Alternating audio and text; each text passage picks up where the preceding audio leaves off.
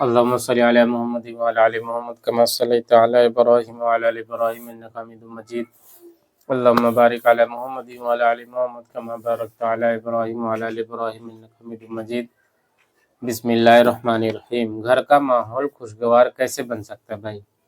گھر کے ماحول کو خوشگوار کیسے بنا سکتے ہیں، اس کا وظیفہ اس میں لکھا ہوا ہے. ہم سب کو کیا کرنا ہے، اس پر عمل کرنے کی کوشش کرنا ہے تاکہ ہمارے گھر کا ماحول بھی جو بددینی والا ہے وہ دین والا کیسے بن جائے، جو بے سکونی والا ہے وہ سکون والا کیسے بن جائے، جو بے چینی والا ہے وہ چین والا کیسے بن جائے. کیسے بنے گا؟ جب ہم اس نسخے پر عمل کریں گے. تو حضرت عائشہ صدیقہ رضی اللہ تعالیٰ عنہ فرماتی ہیں کہ حضور اقدس صلی اللہ علیہ وسلم جب گھر تشریف لاتے تو مسکراتے ہوئے آتے تھے، حالانکہ ان کو امت کا کتنا غم تھا. دوستو، حضرت محمد مصطفیٰ صلی اللہ علیہ وسلم کو، دونوں جہان کے سردار کو کتنا غم تھا. آپ نے جو ہے جنت دوزخ کے نظارے دیکھے تو کیسی ان کے دل میں کیفیت ہے. اس کے باوجود جب ہمارے آقا جب اپنے گھر مبارک میں تشریف لاتے تو مسکراتے ہوئے داخل ہوتے. کس لیے؟ امت کو سکھانے کے لیے، تاکہ میری امت بھی جب گھر میں داخل ہو تو گھر میں مسکراتے ہوئے داخل ہو. تو کیا ہوگا بھائی؟ گھر والوں کا آدھا ٹینشن ایسے ہی ختم ہو جائے گا. نئے آنے والے وفد کا استقبال کرنا، ان کو اسلام کی دعوت دینا، مسلمانوں کے آپس کا معاملات طے کرنا. ایک جہاد ختم ہوا، ابھی تلوار بھی رکھنے نہ پائے تھے کہ دوسرے جہاد کا حکم ہو گیا، لیکن اس کے باوجود آپ گھر تشریف لاتے تو مسکراتے ہوئے آتے. اتنی سخت یعنی اس طرح کی ٹف ٹائم تھا، اس کے باوجود بھی آپ جب گھر میں تشریف ہوتے تو مسکراتے ہوئے داخل ہوتے.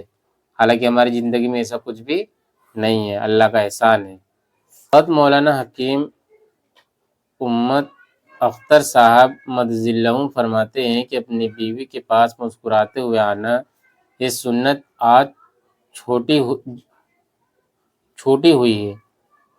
جو بے دین ہیں وہ فرعون بن کر آتے ہیں، بڑی بڑی مونچھیں تان کر آتے ہیں. آپ نے دیکھا ہوگا نا بھائی، آنکھیں لال کر کے تاکہ ذرا روب رہے، ایسا نہ ہو کہ مجھ سے بیوی کو کچھ کہہ دے. اس لیے اس پر روب جمانے کے لیے نمرود و فرعون بن کر آتے ہیں تاکہ گھر والے ڈر کر رہے بھائی. اور جو دیندار ہے وہ گویا بایزید بستانی اور خواہ معین الدین چشتی اور بابا فرید الدین عطار بن کر آتے ہیں، مراقبہ میں آنکھیں بند کیے ہوئے، گویا عرش پر رہتے ہیں، زمین کی بات تو جانتے ہی نہیں، بیوی کی طرف محبت بھری نگاہ سے دیکھیں گے ہی نہیں. بات بات پر جھڑک دینا، وہ بھی کیا ہوتا ہے بھائی؟ جو بے دین لوگ ہیں وہ تو جو ایک دم دادا بن کے گھر پہ آتے ہیں، جو دیندار ہوتے ہیں وہ کیا کرتے ہیں، وہ اتنے سیدھے بن جاتے ہیں کہ ان کو ایسا لگتا ہے کہ وہ دنیا میں رہتے ہی نہیں زمین پہ، ان کو زمین کی کچھ خبر ہی نہیں، وہ ان کا دماغ عرش پر ہی ہوتا ہے. تو ایسا نہیں ہونا چاہیے. کیسا ہو جانا چاہیے؟ ہمارا مزاج اعتدالی ہونا چاہیے، درمیانہ ہونا چاہیے، درمیانہ روی ہونا چاہیے. وہ بیچاری بات کرنا چاہتی ہے، یہ تسبیح لیے بیٹھے ہیں، دن بھر وہ بیچاری آپ کی منتظر یعنی انتظار کر رہی ہے کہ آپ میرے شوہر آئیں گے تو اس سے دل بہلاؤں گی، اور آپ گھر آتے ہی تسبیح لے کر بیٹھ گئے، اللہ اللہ کرنے بیٹھ گئے. یہاں آتے ہی ٹیلی فون پر دوستوں سے باتوں میں یا کاروبار کی فکر میں لگ گئے، یا سوالات کا انبار لگا دیا کہ یہ کام کر لیا، میں نے کیا کہا تھا، یہ ہو گیا، اس کا کیا ہوا، کیوں نہیں ہوا، کیا کرتی رہتی اتنی دیر سے، وغیرہ وغیرہ. یہ دونوں طرز خلاف سنت ہے. یہ دونوں باتیں کیا ہے؟ دونوں عمل کہ روب میں اتنا رہنا اور اتنا زیادہ جو ہے پڑھنے لکھنے لگ جانا، سیدھا بن جانا کہ گھر والوں کا خیال ہی نہ ہو. یہ دونوں خلاف سنت ہے. گھر میں اپنی بیوی کے پاس جائے تو مسکراتے ہوئے جائے، اس سے باتیں کرے، خیر خیریت دریافت کرے، اس کے کاموں میں ہاتھ بٹا کر سنت زندہ کیجیے اور اللہ تعالیٰ کا خوش کیجیے، یعنی اللہ کو راضی کیجیے. تسبیحات اور نوافل سے زیادہ ثواب اس وقت یہ ہے کہ اس کا حق ادا کیجیے. حضور اکرم صلی اللہ علیہ وسلم فرماتے ہیں کہ سب سے زیادہ اچھے اخلاق والا ہے وہ ہے جس کے اخلاق بیوی کے ساتھ اچھے ہوں۔ حدیث شریف، مومنین میں کامل ترین ایمان والا ہے جو اخلاق میں بہتر ہے۔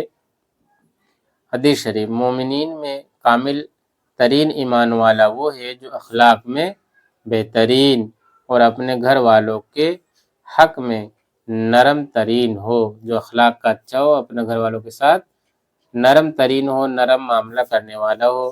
ہم دوستوں میں تو خوب ہنسی، خوب ہم دوستوں میں کیا کرتے بھائی؟ خوب ہنسی مذاق ہوتی، خوب لطیفے سنے سنائے، اور بیوی کے پاس جا کر سنجیدہ بزرگ بن جائیں، منہ سے کیڑے ہوئے جیسا ہنسنا جانتے ہی نہیں، یعنی منہ بنا لیتے جیسا ہنسنا ہی نہیں جانتے۔ یہ مسکرانا، ہنسنا، بولنا اور بیوی کی کوتاہیوں پر صبر کرنا، غلطیوں کو معاف کرنا، غصوں کو برداشت کرنا، اس کی تکلیف و راحت کی باتیں سننا، دلجوئی کی باتوں سے اس کو خوش کرنا، اس کو شرعی پردہ کے ساتھ کسی پاکیزہ تفریح کے لیے لے کر جانا، اس کو جیب خرچ اپنی وسعت کے اعتبار سے، یعنی جتنی اپنی حیثیت کے حساب سے دے کر اس کا حساب نہ لینا کہ جہاں چاہے وہ خرچ کرے، وہ اس کی ملکیت ہے، تو زوجے کے ساتھ اس روش سے پیش آنا بھی عبادت میں داخل ہوتا ہے۔ یہ سب کیا ہے بھائی؟ عبادت میں داخل ہوتا ہے۔ رات بھر نفلیں پڑھنا اور بیوی سے بات نہ کرنا اور اپنا بستر الگ کرنا صحابہ رضی اللہ عنہم اجمعین کی سنت کے خلاف ہے۔ اپنے ہاتھ سے اسے کھلانے اور اس کو خوش کرنے کی خاطر کوئی چیز خریدنے میں بھی ثواب ملتا ہے، لہٰذا یہ طریقہ زندہ کیجیے۔ یہ بھی کیا ہے؟ سنت ہے۔ حدیث پاک میں آتا ہے نا، اپنے گھر والوں کو، اپنی بیوی کو ایک لقمہ کھلا دینا صدقے کا ثواب ہے اللہ کی رضا کے لیے۔ اللہ پاک ہم سب کو ان باتوں پر عمل کرنے کی توفیق عطا فرمائے تاکہ ہماری زندگی اچھی بن جائے بھائی۔ سبحان اللہ بحمدہ، سبحانک اللہم وبحمدک، ونشہد ان لا الہ الا اللہ ونستغفرک ونتوب الیک۔ سبحان ربک رب العزۃ عما یصفون وسلام علی المرسلین والحمد للہ رب العالمین۔